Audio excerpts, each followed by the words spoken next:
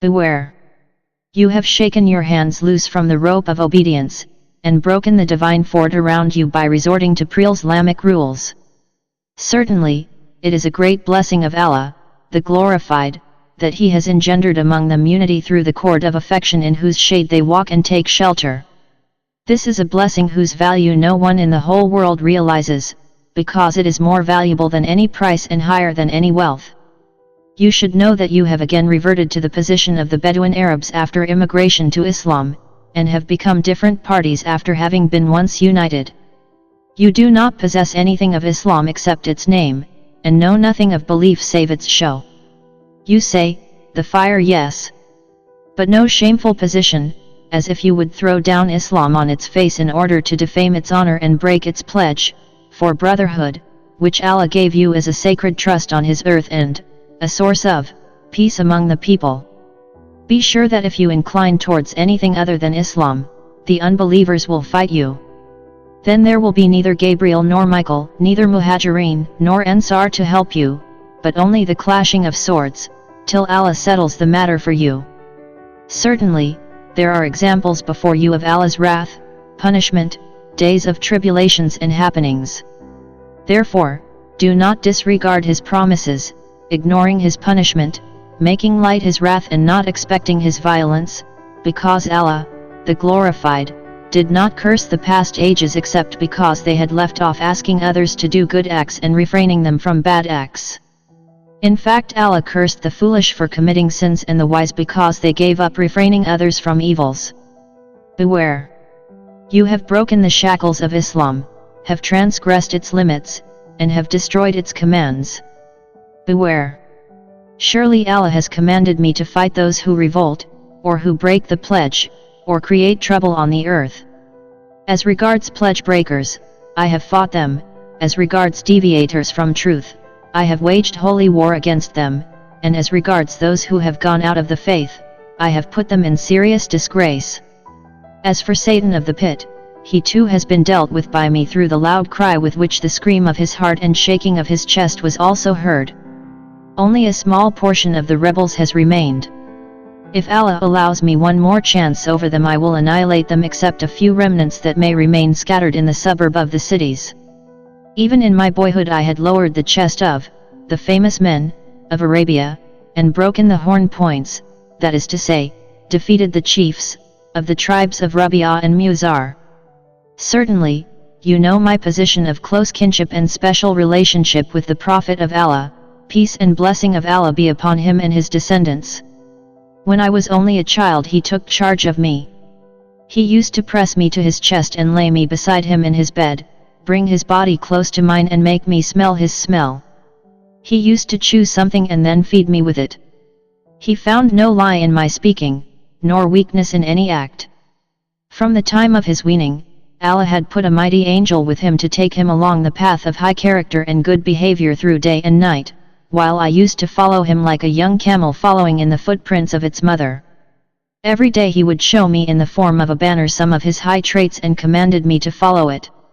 Every year he used to go in seclusion to the hill of Hira, where I saw him but no one else saw him. In those days Islam did not exist in any house except that of the Prophet of Allah, peace and blessing of Allah be upon him and his descendants, and Khadijah, while I was the third after these two.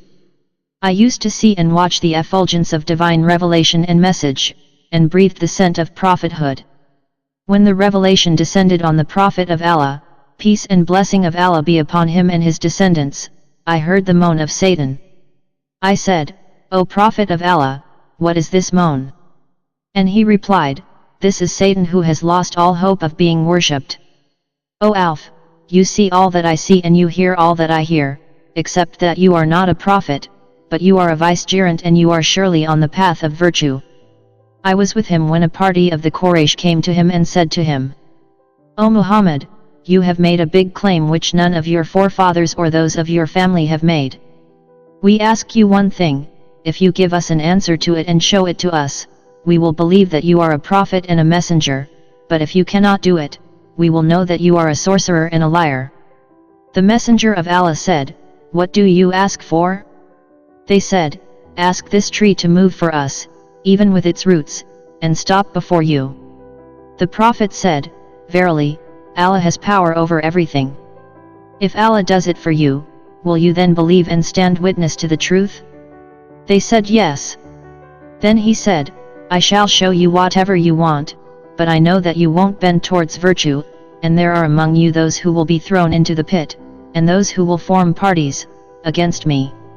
Then the Holy Prophet said, "O tree, if you do believe in Allah and the Day of Judgment, and know that I am the Prophet of Allah, come up with your roots and stand before me with the permission of Allah." By him who deputed the Prophet with truth, the tree did remove itself with its root and came with a great humming sound and a flapping like the flapping of the wings of birds, till it stopped before the messenger of Allah, while some of its twigs came down onto my shoulders, and I was on the right side of the Holy Prophet. When the people saw this, they said by way of pride and vanity, "Now you order half of it to come to you and the other half of it remain in its place." The Holy Prophet ordered the tree to do the same. Then half of the tree advanced towards him in an amazing manner and with greater humming. It was about to touch the Prophet of Allah. Then they said, disbelieving and revolting, "Ask this half to get back to its other half and be as it was." The Prophet ordered it and it returned. Then I said, "O Prophet of Allah, I am the first to believe in you and to acknowledge that the tree did what it did just now with the command of Allah, the Sublime, in testimony to your prophethood and to heighten your word." Upon this all the people shouted, "Rather a sorcerer, a liar, it is wonderful sorcery, he is very adept in it. Only a man like this, pointing to me, can stand testimony to you in your affairs."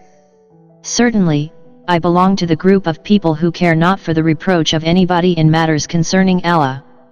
Their countenance is the countenance of the truthful and their speech is the speech of the virtuous. They are wakeful during the nights in devotion to Allah, and over beacons of guidance in the day. They hold fast to the rope of the Quran. Revive the traditions of Allah and of His Prophet.